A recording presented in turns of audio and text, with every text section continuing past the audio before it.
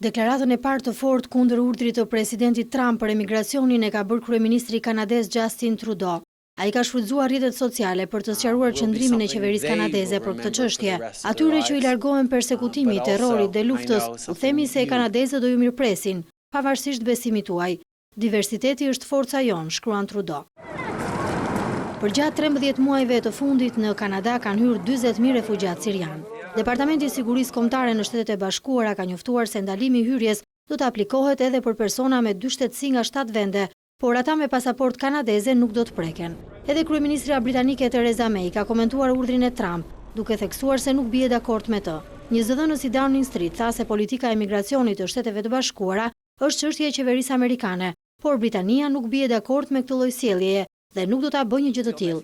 Megjithatë, May është vënë në shënjestër të kritikave pasi fillimisht ka refuzuar të komentojë.